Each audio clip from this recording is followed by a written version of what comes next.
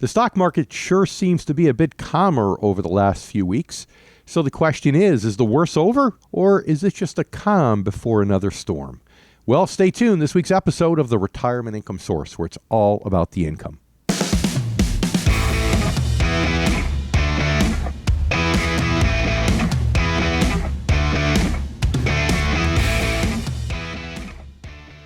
Welcome to Retirement Income Source, where it's all about the income. I'm David Scranton, here with my good friend and co-host, Sarah Samuels. And the question we're going to explore today is what to read into this market. Do we really have a concern with the tech bubble? Do we have the worst is over, the market's climbing? Or do we have the typical summer doldrums? Dave, it's great to be here with you and, of course, with all of our listeners. I think a lot of people are asking themselves these same questions here. Are we looking at the recovery continuing? Is it going to really stay the same? Or could it be really the calm before the storm? You know, it was good news seeing the markets rebounding. We're now well within about 10 percentage points of the peak. So that probably feels a lot better for people out there to see that happen, to see things calming down. But maybe people shouldn't get too careful. A lot of people are saying this is similar to what we saw back in 2000, 2001 with the tech bubble bursting. So do you think there's any similarity there? Well, that's an argument that people make. And, you know, whereas there are some similarities, there I think are a lot more differences. First of all, you have most of the companies right now that have really taken off, like the Magnificent Seven, are companies that are profitable companies, right? Back in the 90s, Sarah, you remember back in the 90s, right? When you were in kindergarten, you're reading the Wall Street Journal, right? That's how they taught you. Yes, they taught absolutely. you to reading the Wall Street Journal. I remember that story. I was an advanced child, exactly. That's right. Yes. So, you know, back then it was different because you had companies that weren't even really making any money, right? And it's different today.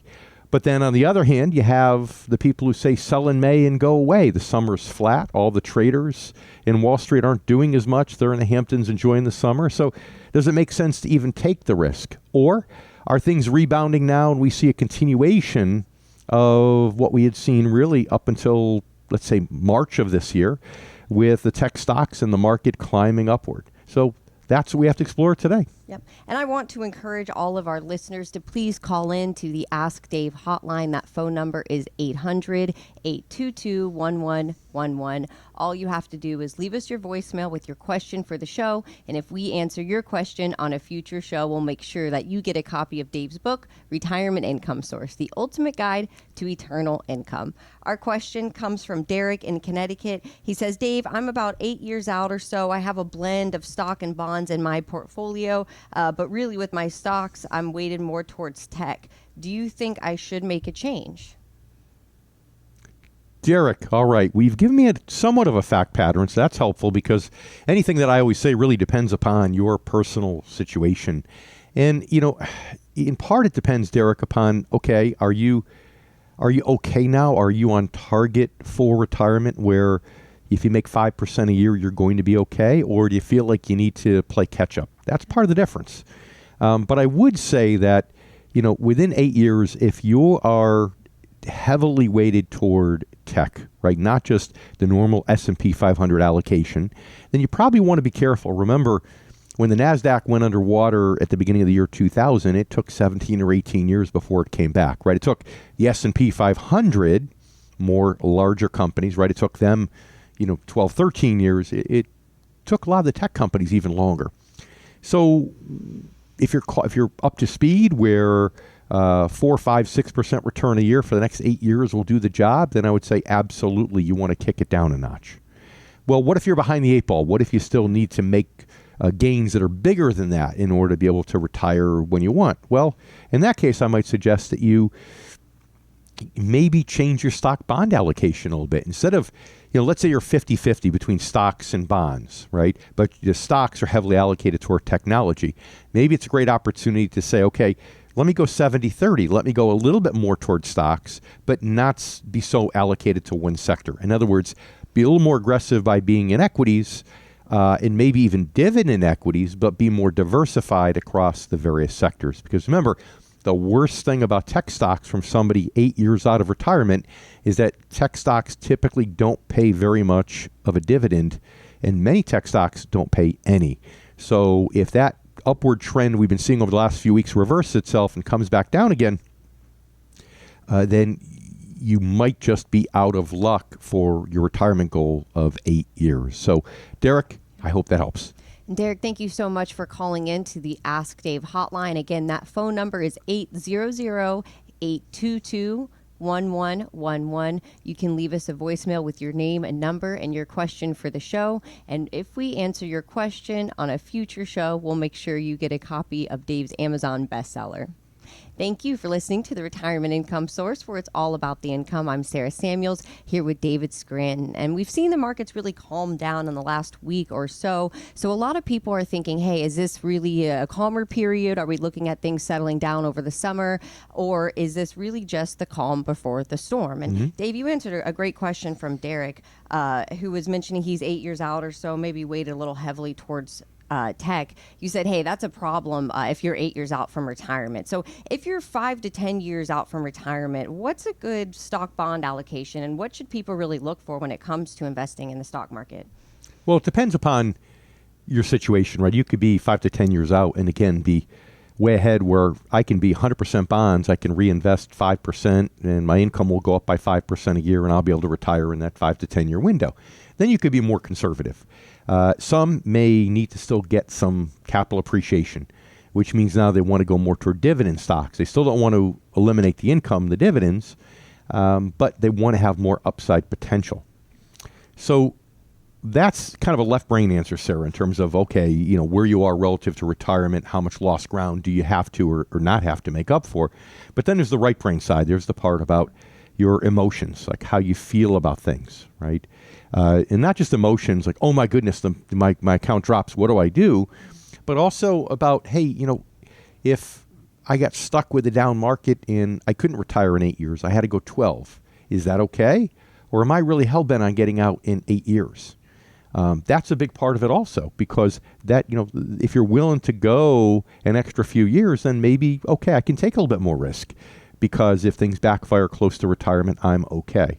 So again, a lot of factors come into play when answering that question. Yeah, but mostly it sounds like what will help people is really determining what their risk tolerance is. Like you said, how comfortable they are both emotionally and also when it comes to their investments. If they have to delay retirement, potentially invest a little bit differently, potentially delay certain goals, or if they actually have enough at this point to basically be able to retire and know that their income is settled. It's risk tolerance, and risk tolerance, like I said, is a mathematical, logical thing in part, and it's also an emotional thing. And, you know, it's funny, at the start of the show, of course, we want to get people's attention, right? So we say, hey, is the market going up, the market going down? Is the worst over, or is this just a calm before another storm? But really, that shouldn't matter. That shouldn't matter if you're allocated properly. Because if you're within 10 years of retirement or are retired, and you're making decisions based upon whether we think, hey, it makes sense to sell in May and go away, or it makes sense that the market's going to keep going up, or maybe this is just a little fake out and we're going to have a tech bubble burst, you know, that's not how people should invest who are that close to a goal. So again, number one, given your time frame, how much return you need to get between now and your retirement goal in terms of time frame, and do I need to take some risks to get there or not? That's part of it. And then the second one is the willingness to extend retirement versus how hell-bent am I on retiring at that date. Again, big part of the difference. And Sarah, as you know, there's lots of factors in terms of making that decision. Factors which we're going to explore coming right up. I'm David Scranton here with Sarah Samuels, and this is the Retirement Income Source, where it's all about the income. Welcome back to the Retirement Income Source, where it's all about the income. I'm Sarah Samuels here with David Scranton, and today we are talking about what's going on in the markets. Especially, we've seen them pretty much calm down recently. We've seen things really being very tumultuous, and now it's kind of a calmer streak. So a lot of people are wondering, is it really the calm before the storm, or wintering that summer period where things sort of slow down? And really the key, Dave, is that it shouldn't matter what the markets are doing if you're allocated the right way for retirement income, especially if you're about 5 to 10 years out from retirement. And part of the way that people figure out their allocation is by determining what their risk tolerance is. So for those that maybe are just joining us, can you explain how people can determine what their own personal risk tolerance is? Well, first of all, let's break it into categories, right? If you're retired, risk tolerance has a logical left brain component and emotional right brain component, right? The logical left brain is, are you taking all the income that you want from your investments just from interest and dividends, right? That renewable resource. Or are you withdrawing some principal, selling shares every month to get the money that you need, or even once a year selling some shares maybe to pay your property tax bill, right? That's a problem. But if you're getting all the income you want or need from interest and dividends, then that's great. But then there's the emotional side of it. Okay, how will I feel and how would it affect my propensity to spend in retirement if my account took a 20% drop or a 40% drop, right? Now we go back to the people that are still working, like Derek, right? Same thing there, okay? If I can get 4 or 5% from my portfolio and reinvest that between now and retirement, will the income that it generates be enough at my retirement target date to live the lifestyle I want in retirement? If so, then I could be more conservative today. If not, and I've got to make up for some lost time, then maybe I need to be a little bit more aggressive. Again, that's the logical left brain part. But then emotionally, the part is, well, if you take too much risk, you roll the dice and the markets don't cooperate, then are you willing to work longer? If Derek wants to retire in 8 years, is it okay if he postpones that goal 4 or 5 or even 7 years, right? And that's the right brain subjective part. Absolutely. Well, we know that our listeners have questions, and we would love for you to call us on the Ask Dave hotline. That phone number is 800-822-1111. Leave us your name and number and your question for the show. And if we answer your question on a future show, we'll send you a copy of Dave's book. Our question here comes from Randall in Connecticut. He says, we're okay for retirement, but I really just want my accounts to get back up to where they were before I make some changes. Is that asking too much? Okay, Randall, I can't remember which one. I've written a few books, but one of the books I'd written, I tell a story about my mom who went to the casino, and I'd asked her, how much money do you want to win? And she gave me a number. It was $500, and we sat there and we were up over $500. I said, come on, let's go. Let's get out of here. And she said, what, are you crazy? I'm winning. I don't want to leave now. So Randall, it may or it may not be too much to ask depending upon certain characteristics, right? But then the question becomes, okay, if you do get back to that high and the markets are climbing, are you really going to want to pull the trigger and get out? Or are you going to be like my mom who says, I'm winning, I don't want to get out right now? Because that's the emotional part of it. So, to me, where the market was at its peak really has nothing to, or where your accounts were at their peak really has nothing to do with that decision. In economics, that's called a sunken cost, right? And you can't make economic or financial or business decisions based upon a sunken cost. You have to say, okay, based upon where things are today, what looks most opportune? And again, that boils down to, Randall, okay, if I start making a transition now to an income first, growth second approach, will I have enough to retire when I want to retire? And if the answer is yes, then you probably want to start making that transition as opposed to chasing after some artificial number, some number where your portfolio probably had attained in the past and may get back there in 6 months or could take 6 years or more, right? Remember, when this happened in the year 2000 with the markets in general, the S&P 500, it took 13 years before everything came back. The NASDAQ took 17 or 18. So my best advice, Randall, is forget about where it was at the peak. Where you are right now is probably where your accounts were between 6 and 12 months ago. So in terms of time, you're not really giving up too much growth if you make some transitions now. And by the way, we'll talk about later in the show, and I hope you stay with us here, is that just because you go to an income first, growth second approach doesn't mean that you're locking yourself out of that recovery. It doesn't mean you're locking yourself out of growth. So Randall, stay with us. There's a lot more to come. Randall, thank you so much for calling the Ask Dave hotline. Again, that phone number is 800-822-1111. You can call anytime and leave your name and number along with your question for the show. And if we answer your question on a future show, we'll make sure you get a copy of Dave's Amazon bestseller, The Retirement Income Source, The Ultimate Guide to Eternal Income. And thank you for listening to the Retirement Income Source, where it's all about the income. I'm Sarah Samuels here with David Scranton, and we're talking really about why, if you're allocated the right way, depending on where you are when it comes to your retirement, if you're allocated the right way, you don't have to worry, you don't have to stress out about what's really going on in the markets. And Dave, you really, you answered a great question from Randall, and I think a lot of people out there maybe have this mindset of, okay, Dave, I hear you, I'm willing to make a change, but I need to get my accounts just back up to where they were, and then everything's going to change. And just like your mom, most people, if they're going up, if they're winning at the casino, how likely are they going to walk away from that? Yeah, exactly. And you know, it's funny because I think Randall is a bit like Derek, maybe in a different way, in that he may not be as balanced between stocks and bonds, but he didn't say he was overloaded in technology either. He may be. But the point is, he could be much like Derek, only have 70% in the market instead of, let's say, 50, but be more diversified and leaning less on tech.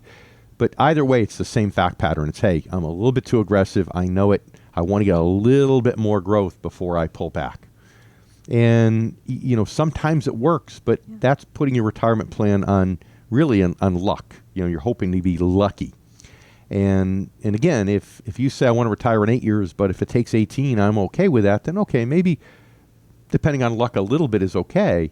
But if you say, no, I have an 8-year goal for a reason, well, then you don't want to rely on luck. What about for our listeners out there, Dave, that are saying, hey, I need as much time as I can working to really catch up? What would be some good advice for them? Well, if you feel like you're behind the 8 ball and you're working, then you want to stay a little bit more aggressive because you're hopefully contributing more than you ever have. You're doing that thing we always talk about, dollar cost averaging, right? So you're putting money in on a regular basis, and if you're 50 and over, you can have the catch-up provisions where you can put way more money than you ever been able to put into 401ks and catch-up features on Roth IRAs and things like that. So now you're dollar cost averaging, which means when the market drops, you're just buying even more shares. And when the market goes up, you're buying fewer shares. So it's like the spring may be getting compressed downward when the markets drop, but you're loading more and more on that spring so that when it finally does pop back up again, you've got way more shares. You have way more money invested to recover. And I think a lot of people think that when they convert really to an income first method for investing, then that means growth is completely off the table. I know. Yeah. I mentioned that actually with Randall. You're right, and it's funny because it's not the case, right? You can still go to income first, growth second mindset in the stock market, and it's not going to be so much technology stocks. So like we talked about with Derek, technology stocks don't pay a lot of dividend, typically speaking, but still. Over 8 years, technology is not going to be the only sector that does well. It's going to be other sectors that do well too. So you can kind of have your cake and eat it too, but that's why it's called income first, growth second. It's not called income first and no growth. Absolutely, Dave. Well, we'll talk about the different ways that you can invest for income generation in the stock market and what you should look for. I'm Sarah Samuels here with David Scranton, and you're listening to the Retirement Income Source, where it's all about the income. Thank you for spending some time here with us today on the Retirement Income Source, where it's all about the income. I'm Sarah Samuels here with David Scranton, and we've been talking about what we've seen in the markets, how it seems to be a relatively calm situation. A lot of people are wondering what might happen next. But really, Dave, if you're 5 to 10 years out from retirement, if you're allocated the right way, you shouldn't have to worry about those things and potentially stress out about those different things. Yeah, at the top of the show, we talked about, are the tech stocks going to continue to run up, or could we have this is just a head fake, we can have a bursting of the tech bubble, or should we just do the traditional sell in May and go away? And the answer is, again, if you're allocated properly, it really, really shouldn't matter. And I think the problem recently is this concept of how you're allocated properly has been really tainted by a lot of financial advisors who've kind of espoused, and when I say lately, I mean the last 20 plus years, who have espoused what I'll call the new math of investing, where, I can engineer income through growth. We can stay more aggressive throughout retirement, and I can get more growth and engineer the income by selling shares. And of course, the problem is if you count on that, if you count on selling shares to get your retirement dollars every year, then each year you're getting a certain amount of income from your portfolio, a certain amount of interest and dividends, right? And then you're taking a bit of principal. Well, the problem is if you sell some shares, then what happens to the interest and dividend that's generated the following year when you have fewer shares? Well, it's going to go down, unfortunately, It's gonna because go you down. have less shares. So the next year you have to sell even more principal. And then your income goes down even more. And the third year you have to sell even more. And the longer you live, the more of a slippery slope it becomes. But I think a lot of advisors, Sarah, have gotten into this because, they're so addicted to the stock market and they love the extra returns that you can get over the long run. And it's not their money. So yeah, are they gambling a little bit with the certainty of their client's ability to retire and stay retired? Sure. Could their approach work out better than most over the long run? Yeah, in many cases it does. It can, but in some cases it doesn't. Right. It can be devastating when it doesn't work out. That's right. But remember, sometimes, what Wall Street likes and what brokers like isn't necessarily what's best for you. It's oftentimes what's best for them long term. And I think that's the thing that makes me most concerned about this, Sarah. Yep. Well, I think a lot of our listeners have questions, and we want to help answer any of those retirement questions you have. All you have to do is call the Ask Dave hotline. Again, that phone number is 800-822-1111. You can call at any time. Leave us a voicemail with your name and number and question for the show, and hopefully we'll get to answer your question on a future show, and we'll send you a copy of Dave's Amazon bestseller. Our Ask Dave question comes from Kevin in Connecticut. He says, if inflation continues to go up with all these tariffs, will I be able to lock in higher interest rates if I just wait a while? So this is sort of like the other side of Randall's question that we had previously. Yeah, so instead of timing the stock market, now we're timing the bond market. Exactly. So, and Kevin, if you're listening, I'm not making fun of you. I get the question. It's a good question, but it is a form of timing. And, what do we know? We know that when you want to refinance a mortgage, you want to do it when interest rates are low, right? We do know that. And we know that when you want to refinance your portfolio to get ready for retirement, you want to do it when interest rates are high. So, Kevin, valid question. But can rates go higher? Yes. But we've had a lot of stickiness right now with, let's say, the 10-year government bond right in the mid-4s. And could it go higher if we have super high inflation? Yes. But I think there's a couple issues here. I mean, first of all, regardless of your political beliefs, one thing we do know is that the president in his first term took a lot of credit for the stock market doing well. So he's a president that likes to wear that as a badge of honor. And we know that when interest rates go up, the stock market typically does poorly. So he's going to want to make sure that long-term rates don't get too high, even if he needs to soften up a bit on all the tariff rhetoric. We also know that the government has an axe to grind, that the higher they let interest rates go, that when bonds come due, they're going to get refinanced by the federal government at a much higher interest rate. And right now, we're running a $2 trillion a year deficit, and that's without these bonds maturing and being refinanced at even today's current rates. So I think there's lots of reasons why we're likely nearer to the top than the bottom. So again, if you're not going to try to time the stock market, let's not try to time the bond market either. Let's do something that is good for you, for your financial goals and your time horizon. And Kevin, if that means that you're at a point now where you need to start locking in some interest or dividend payments, well then, hey, you're never going to guess the top of it. If you do, it's pure luck. So, start to make that move. Kevin, thank you so much for calling in to the Ask Dave hotline. Again, that phone number is 800-822-1111. You can call anytime and leave us a voicemail with your name and number and question for the show. And if we answer your question on a future show, we'll make sure you get a copy of Dave's Amazon bestseller. Thank you for spending time here with us today on the Retirement Income Source, where it's all about the income. I'm Sarah Samuels here with David Scranton, and we've been talking about market predictions, what's going to happen, and really why it shouldn't matter, or why it doesn't have to matter, especially if you're in that key range, that 5 to 10 years out from retirement. And Dave, I think a lot of people, this is the psychological aspect of investing. They're worried about, maybe it's a FOMO, a fear of missing out, but they're worried, hey, I need my accounts to hit this certain point, or hey, I need do you think if I just wait and eventually interest rates will go up and things will be good and I can lock in those rates? It's kind of like the fallacy of people, hey, if I just get to this goal weight on the scale, I will be happy, because Right. I'll weigh exactly what I want to weigh. It's all based on not reality, really. Right, or if I could make so much money per year, I'll be happy. My life will change. And then you get there and it doesn't, right? So there is a FOMO there, and I said right right before this last Ask Dave, I said, there's an issue with a lot of times the financial advisory world, right, where they want to be more growth oriented, they want to be more total return oriented, but all the blame isn't on the financial service industry. Some of it's on the investor, and the investor needing to know when to make that shift, right? Because early on, you want your money to grow, right? You That's don't care, important, right? You don't care if it comes from reinvested interest and dividends or it comes from capital appreciation. You just want it to grow.